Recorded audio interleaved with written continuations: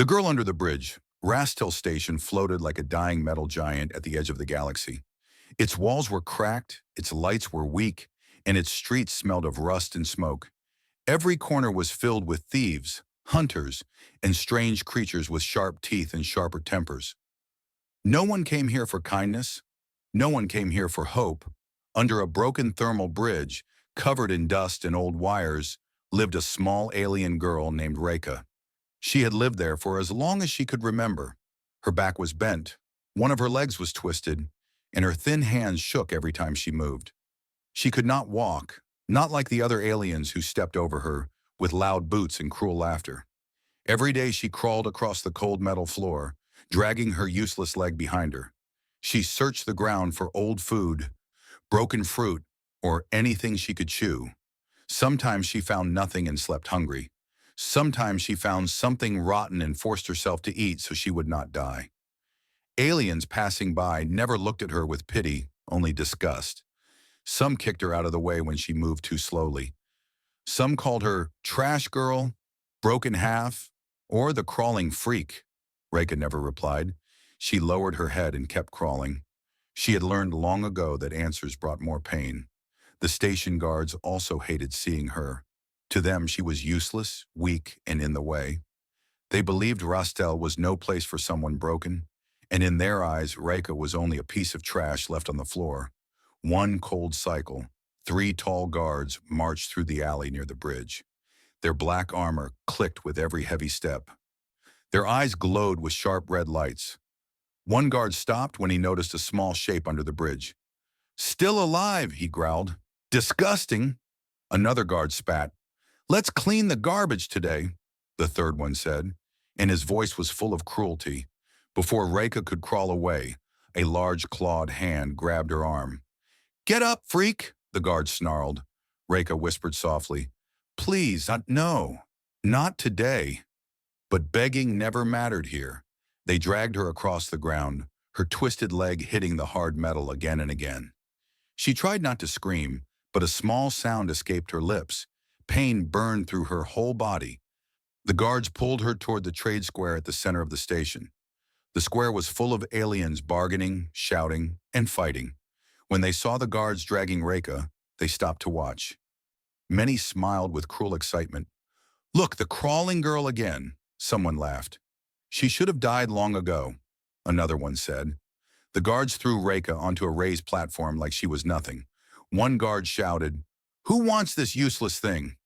The crowd laughed instantly. "She can't work. She can't fight. She can't even walk. Take her for free," someone called out. "Not even worth 1 credit." Another yelled, "Feed her to the scrap bots," someone else joked, and the crowd roared with laughter. Reika closed her eyes. Maybe this was her final day. Maybe this was the moment she would disappear forever. She felt no strength left in her body.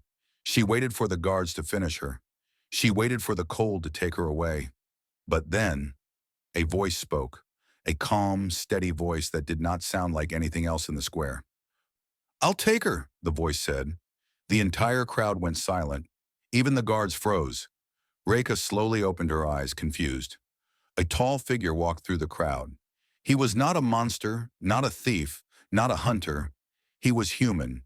Humans were rare here. Most stayed far from places like Rastel. But this one stood tall, his coat long and dusty, his boots old and worn. A small scar crossed his cheek, but his blue eyes were clear and strangely gentle. The guard frowned at him. "You want this thing?" he asked, confused. The human nodded once, firm and calm. "Yes," he said. "She is free. I will take her." Reika stared at him. No one had ever chosen her. No one had ever wanted her. She expected him to hurt her, to chain her, to sell her. But instead the man knelt beside her. He did not pull or shove her. He spoke softly. "Can you understand me?" Reika did not answer. Fear held her silent. "My name is Daniel Cross," he said, his voice warm and steady. "I won't hurt you." He slowly reached out his hand toward her. Reika looked at it with wide, shaking eyes. She had seen fists all her life, never an open hand, never kindness, never choice. Her thin fingers trembled as she lifted her hand. She placed it in his. It felt warm and safe. Daniel gently lifted her up, holding her carefully like something precious. The crowd watched in shocked silence. Humans were strange, they whispered. But Daniel didn't care. He carried Reka away from the square, away from the laughter, away from the cruelty. And for the first time in her life, Reka felt something new inside her chest, something she didn't know how to name. A small, glowing spark of hope, the ship of quiet light. Reka woke slowly, her eyes heavy like stone. For a moment she thought she was still under the bridge, still in the cold, still in the dirt. But when she opened her eyes, she saw soft lights above her, warm and gentle like sleeping stars. The air around her felt clean, almost sweet, and the room was quiet in a way Rastel Station never was. She pushed herself up, confused, her body shaking with every small movement. She sat on a soft seat, something she had never touched in her life. Her hands sank into the cushion, and she almost pulled away, afraid it might burn her. Nothing on Rastel was soft, nothing there was gentle. Before she could crawl away, a door slid open with a smooth sound. Daniel Cross stepped inside, holding a small silver bottle. He looked calm, but his eyes were watching her carefully. "Good," he said softly. "You're awake." Reka stared at him, unsure, her breath short and fast. Her memories came back in pieces, the guards, the crowd, the fear, and then the human who picked her up like she mattered. She was in his ship, she realized. A human ship, clean and bright like another world. Daniel knelt beside her, not too close, not too fast. He held out the bottle. "Water," he said. "Clean, safe. You need it." Reka flinched, her hands shaking harder. She remembered dirty water on Rastel, metal-flavored, full of sickness. She had drunk it only when she was near death. Daniel saw her fear and set the bottle gently on the floor. "It's okay," he said softly. "You don't have to drink it right away." His kindness confused her even more than cruelty ever did. Cruelty, she understood. Kindness, she didn't know how to survive. She lifted the bottle slowly and took a small sip. Her eyes widened. It was cold, clean, real. She tasted life for the first time. "You're not going to sell me?" she asked, her voice barely a whisper. Daniel frowned, surprised. "No," he answered simply. "I didn't take you to sell you. You're not going to hurt me." "No," he said again, gentle but firm. "Reka, I'm not like them." Her hands trembled, her voice cracked. "Then, why?" Daniel looked away for a moment, as if remembering something painful. "Because someone saved me once when I was broken," he said quietly. "And because no one deserves to die alone under a bridge." Reka didn't know what to say. No one had spoken to her like this in her entire life. She curled her fingers tightly around the cushion, trying to understand a world where someone cared for her without wanting anything. Daniel stood and touched a panel on the wall. A gentle humming filled the room, deep and ancient. Reka stared as the lights changed around her, becoming warmer, as if welcoming her. Ships did not act like this, she thought. Not on Rastel, not anywhere. Daniel watched the ship's control screen, and his eyes narrowed.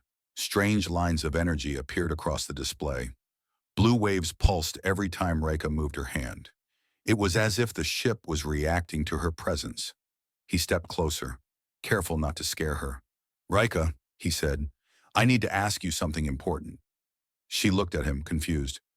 "Have you ever felt different?" Reka blinked slowly. "I've always been broken," she whispered. "Not broken," Daniel said. "Different." Before Reka could answer, the ship suddenly beeped, sharp and urgent. A red warning flashed across the screen. Daniel's expression changed instantly. He rushed to the controls. "Rastel patrol units scanning nearby docks," he muttered. "That's normal," Reka whispered. But Daniel shook his head. "No, they're scanning for life signatures." He tapped the display, and a message appeared. Rika couldn't read it, but Daniel read it aloud. "Human ship detected, suspected to be carrying the disabled alien child." Rika froze. Her heart felt like it had stopped. "No," she whispered. They want me back. Why? Daniel stared at the message, his jaw tight. The next line made his eyes widen. Retrieve the girl alive if possible. She is required for the core. The core? Daniel whispered. Reka flinched. She had heard that word before, whispered by cruel voices, but she never knew what it meant. A loud clang echoed outside the ship. Reka jumped with fear. Daniel turned off the lights and pulled the window shield down. Stay behind me, he said quietly but firmly. Why? Reka asked, trembling. Daniel looked at her with eyes full of determination.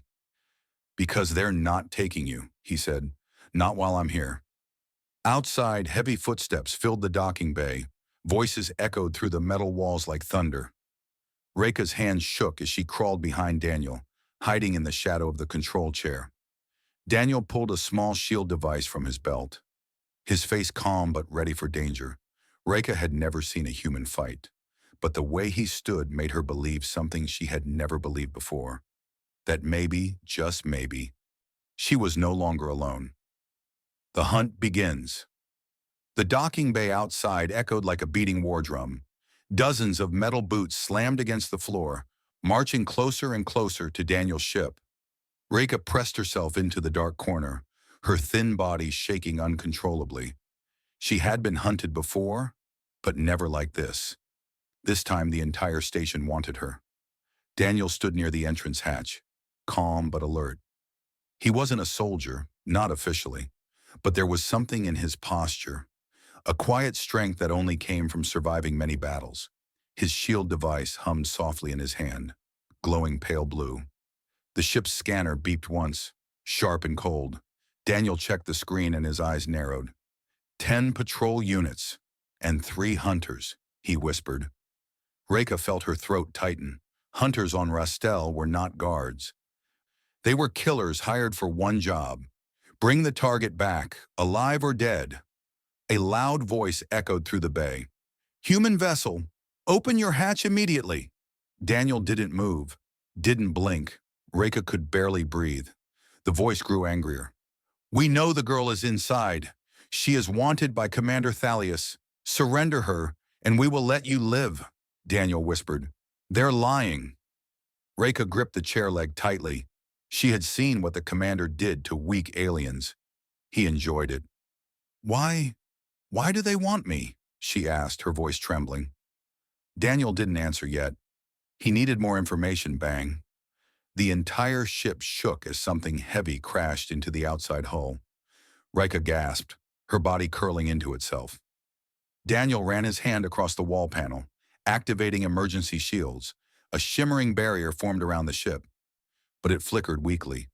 They're trying to cut their way inside, Daniel said quietly. We don't have long. Rika felt helpless. She had no strength, no power, no way to fight. All she had ever done was survive, crawl, and hide. Daniel glanced at her, his voice steady. Rika, I need you to trust me. Her eyes lifted slowly. You're not safe here, and Rastel will not stop hunting you. Reka swallowed hard. Why me? He knelt beside her, lowering his voice. I think you're more important than they want you to know. Before she could respond, the ship's lights flickered violently.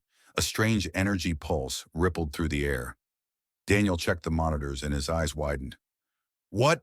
Rika, come here, he said, urgency in his tone. She crawled forward slowly, afraid of what he saw. When she reached the control panel, a wave of blue light surged from the metal. It wrapped around her twisted leg, glowing brighter with every second. Reka screamed and tried to pull away, but the ship wasn't hurting her. It was reacting to her, as if it recognized her, Daniel whispered, stunned. It's you. You're triggering the Lumen response. Reka shook her head, terrified. What does that mean? It means, Daniel said, eyes sharp with realization, your body holds a rare energy, something powerful, something ancient, and Rastel wants to use it. The ship shook again, harder this time. Metal screeched outside as hunters fired cutting lasers at the hull. Reka cried out, her hands over her ears. Daniel grabbed her shoulder gently. Stay with me. Don't panic. The control panel flashed red. A message appeared. Breach imminent. Daniel clenched his jaw. This ship won't hold much longer. A sudden explosion rocked the entire bay. Smoke burst through the side vents, the outer door cracked open, and 3 hunters stepped inside the docking bay. Tall, armored, their eyes glowing yellow like predators. Their cloaks shimmered with silver patterns. Elite hunters, not amateurs, not guards, killers. One of them pointed toward the ship. Heart scanner confirms it, he growled. The girl is inside. Reka felt her heart pounding painfully fast. She clung to Daniel's arm, whispering, "They'll take me. They'll take me back. Please." Daniel looked down at her, and in that moment his voice changed. It wasn't soft anymore. It was strong, sharp, almost dangerous. "They will not touch you," he said, "not while I breathe." He pressed a hidden button under the console. The ship shifted. Metal plates moving, lights brightening. Reka had never seen anything like it. The ship responded to Daniel's command like a loyal creature. The hunters outside charged toward the hatch, their blades glowing with red plasma. They struck the shield. It cracked. A second strike. The shield shattered, sending blue sparks across the bay. Reka screamed. Daniel grabbed her in one arm. With the other, he activated a blast panel. A bright flash erupted, sending a shockwave through the bay. The hunters stumbled, momentarily blinded. Daniel ran deeper into the ship with Reka in his arms. "Hold on," he said. "We're not staying here." As the hunters regained their sight, they roared with rage. One shouted, "Bring the girl back. Her core energy is waking up." Reka froze in Daniel's arms. "My... what?" she whispered. "Core energy." Daniel didn't answer. Not yet. He only whispered one thing. "Reka, whatever you are, they're terrified of you." And as the ship engines roared to life, Reka realized something she had never imagined before. She wasn't just a broken girl under a bridge. She was something the galaxy feared, and something the galaxy wanted. Awakening the buried power. The ship shot away from Rastel Station like a silver comet. Its engines screamed through the darkness as Daniel forced every system to maximum speed. Reka clung to his arm, her breath shaking, her heart beating too fast for her thin chest. Behind them, alarms echoed through the starless void. Hunters launched after them in sharp, insect-like ships. Their red scanners sliced through the dark, searching for the escaping human and the girl they desperately wanted. Daniel placed Reka gently in the co-pilot seat, then locked the harness around her trembling body. "You're safe for now," he said, but his voice held worry. Reka lifted her eyes to him, confused and terrified. Why do they want me? What did they mean by core energy?" Daniel didn't answer immediately. He pulled up a hologram, an outline of an alien body glowing with blue strands.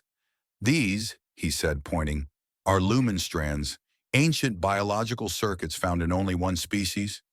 Reka frowned softly. "But I'm broken. How can I have anything rare?" Daniel turned to her, his expression serious. "You're not broken, Reka. You're carrying something powerful inside your body. Something your species once used to control old technology." Reka froze. Her voice came out weak. "My species, but everyone said I was born wrong." Daniel shook his head slowly. "No, Reka, you weren't born wrong. You were born different." Before she could reply, the ship jolted violently. A bright laser beam shot past the window. Hunters had caught up. Their ship circled like wolves ready to strike. Reka gasped and covered her ears as the ship shook again. Daniel gritted his teeth and activated the defense shields. Blue light rippled across the hull, holding back the next hit. "Daniel, they won't stop," she whispered. "They keep coming back. For me," Daniel leaned close to her. "Rika, listen to me," he said firmly.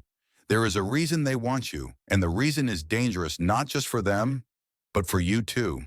He opened a small metal case beside him. Inside were tiny machines, shaped like silver insects with bright blue cores. They glowed like living stars. Reka stared at them, fear rising in her eyes. What are those?" Daniel took a slow breath. "These are neurolinks," he said. "They attach to nerves. and help repair damaged pathways. Reka's voice trembled. Like, for my leg? Daniel nodded once. Yes, but it will hurt. Reka swallowed hard. Pain was not new to her. Pain was the only thing she knew. But Daniel's face made her feel something else. Hope. Why do you want to help me? She whispered. Daniel's eyes softened. Because someone once helped me when I was helpless too, and because you deserve a chance to stand. He gently placed one Neuralink device on her twisted leg. It clicked onto her skin, glowing bright blue. Another device connected near her spine. Rika grabbed the seat with both hands as a burning heat spread through her nerves. She screamed, the sound raw, painful, filled with years of suffering. Daniel held her hand tightly. Breathe, Rika. I'm right here. Her back arched as the machines moved, repairing damaged signals, reconnecting nerves that had been dead since birth. Her leg trembled violently, jerking like it was waking from a deep, dark sleep. Tears streamed from her eyes, not tears of weakness, tears of a body fighting to live. Outside, hunters fired again. The ship spun as Daniel jerked the controls. But he never let go of Reka's hand. He fought with one hand, protected her with the other. Reka's entire body was glowing now.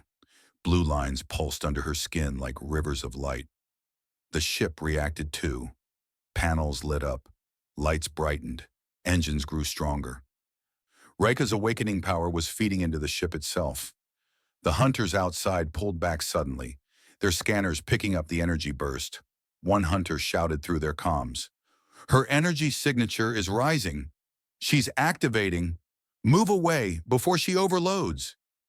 Reka gasped as the pain finally slowed. Her body collapsed against the seat.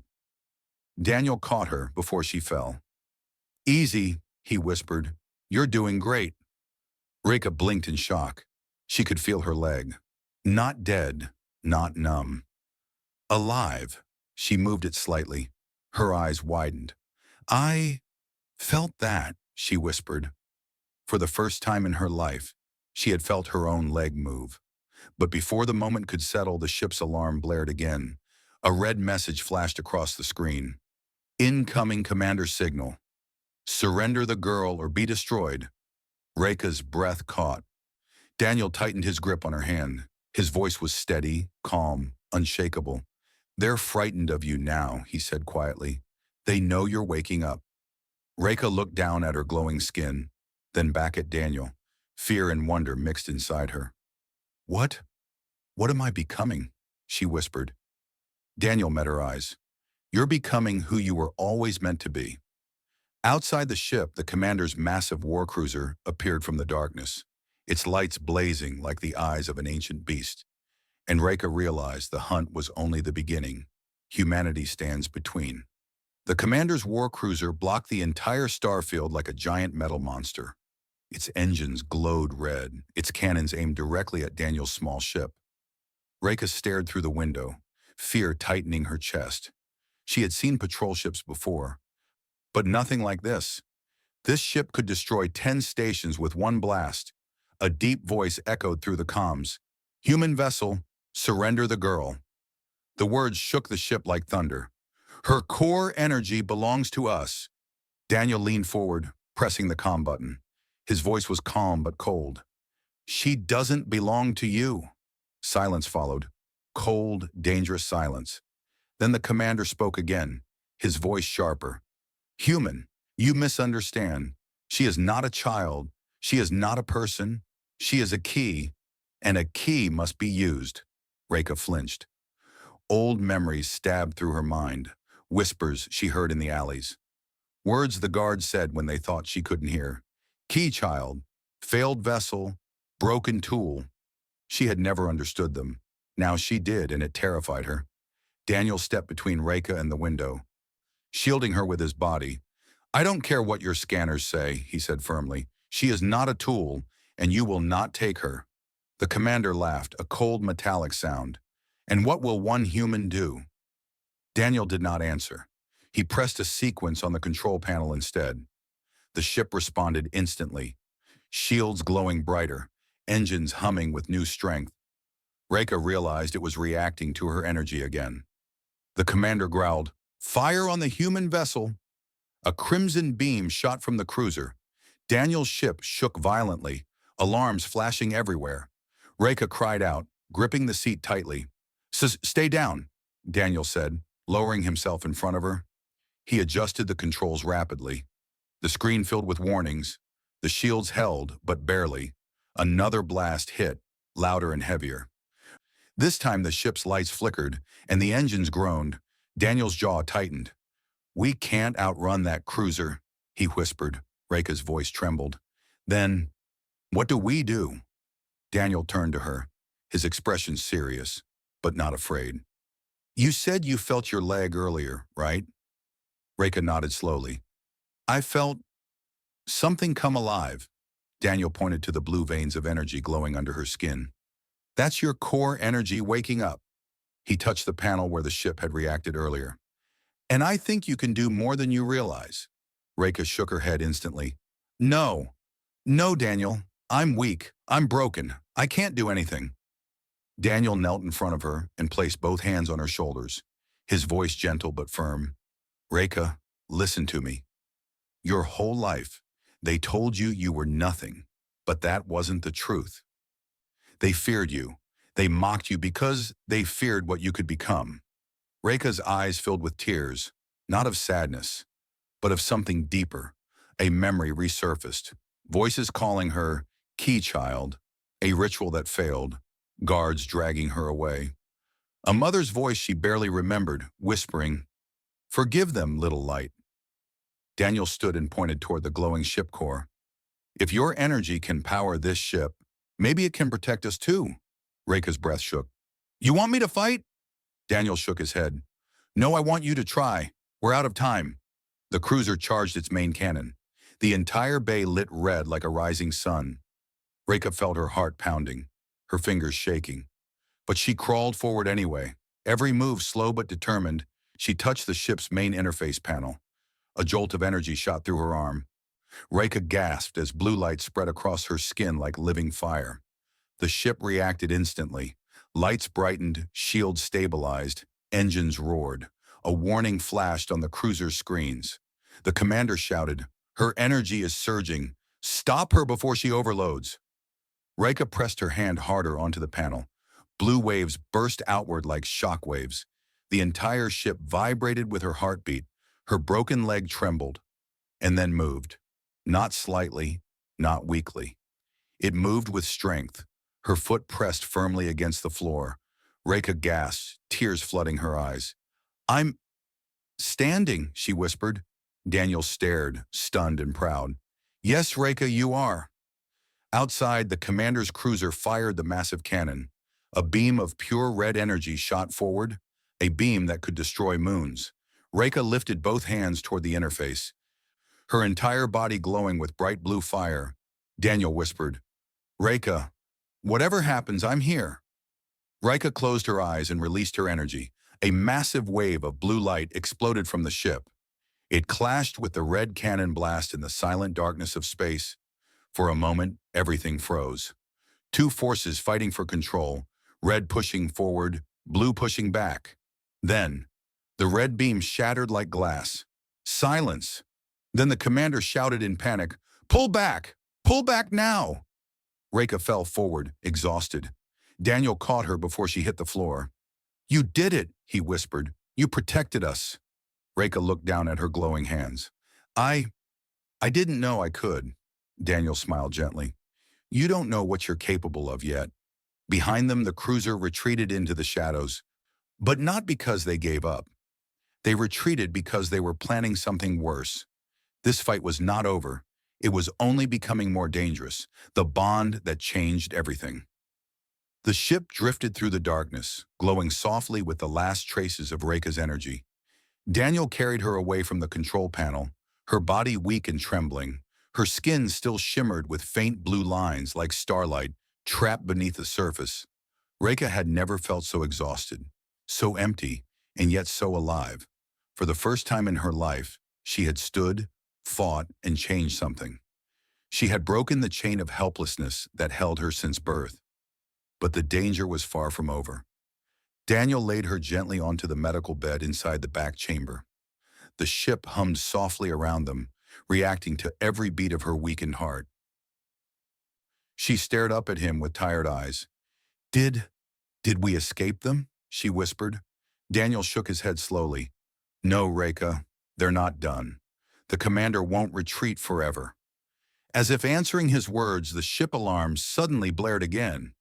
A red light pulsed across the ceiling. Daniel rushed to the control deck and scanned the space outside. Reka tried to sit up but collapsed back, her body still recovering from the massive energy surge. Daniel's face hardened when he saw the screen. It's the cruiser, he said quietly. It's coming back. But this time something was different. The cruiser wasn't aiming to fire. It was releasing something. Something enormous. A massive, ancient structure emerged from behind the cruiser. Black metal, covered in glowing veins of red. It looked like a sleeping beast with a heart of fire. Rika felt cold fear crawl up her spine. What? What is that? Daniel's voice dropped. That is the core engine of Rastal, the thing they wanted you for. The structure pulsed as if waking. The lights inside flickered, and then an echoing voice filled the ship, a voice older than any creature. Key child detected, core synchronization required. Reka covered her ears, shaking her head in denial. No, I don't want this. I don't want to be a key. I just want to be free. Daniel appeared in the doorway, his expression strong and full of fire. He crouched beside her, taking her hand. You are not a tool, he said. You are not their machine. Reka's voice cracked. But they won't stop. They'll chase us forever. Daniel looked into her eyes. Then we end this. He helped her stand, supporting her weight with one arm. Her legs trembled, but they held her. Her body glowed slowly, responding to the core's presence. The ship shook again as a tractor beam pulled them toward the ancient structure. Rika grabbed Daniel's coat tightly. I'm scared, she whispered. Daniel squeezed her hand gently. So am I, he admitted, but we face it together. The tractor beam dragged their ship into the heart of the core engine. The interior was massive, filled with ancient machines and pulsing lights. The air felt heavy, alive with old power. Reka could feel it pulling at her bones, calling to her, trying to awaken what she carried inside. The commander's voice thundered through the chamber. Bring the girl to the center platform. Daniel stepped forward, blocking their view. She goes nowhere, he said sharply. Hundreds of alien soldiers aimed their weapons at him. But Daniel did not move. He stood firm, a single human against an entire army. The commander mocked him. You think your small, soft species can stop this? She was born to serve the core. Reka shook her head weakly. I was born to live, she whispered, her voice small but full of truth. The core platform lit up. A beam of energy pulled toward her. Her body reacted again, glowing brighter. The soldiers watched with fear as blue light pulsed through the room. The core began to vibrate, destabilizing. The commander panicked. She's awakening too fast. Stop the reaction. But no one could. Reka stumbled forward uncontrollably, her energy leaking out. The machines screamed as they activated around her. Daniel rushed to hold her up. Reka, look at me! Breathe! She tried, but the light pushed harder. Her legs buckled. Her body shaking violently. Tears streamed down her face. I can't control it. It's going to destroy everything. Daniel pulled her into his arms. Then let it destroy the right thing, he said quietly. Not you. He grabbed a human override device from his belt, a small silver cube covered in human engineering lines. Reka blinked, confused. What is that? Daniel took a shaky breath. It's something I've kept for years, a device that saved my life once. Now it will save yours. He pressed the cube against the core's central pillar. It hissed and sparked as human technology clashed with ancient alien engineering. A wave of bright white light exploded outward. The core's red veins shattered, turning blue. The entire structure shook. The commander screamed in disbelief. No, stop him! Human technology cannot override the core. But it did, because human tech was adaptive, Stubborn, unpredictable, just like the humans who created it, Reka fell to her knees as the overload slowed. Her glowing skin dimmed to a soft light. Daniel held her tightly. I told you, he whispered. You're not a tool. The core collapsed inward. Machines shut down one by one. The commander and his soldiers fled in terror. The entire chamber went silent. Only Reka's soft breathing filled the space. She looked up at Daniel with trembling eyes. You saved me. Daniel smiled gently. No, Reka. We saved each other. The ship's hatch opened as the core engine released them. Stars filled the view like an ocean of light. Reka leaned on Daniel, her legs still weak but alive. For the first time in her life, she took a step. A real step. Not a crawl, not a drag. A step toward a new life. Daniel placed a hand on her shoulder.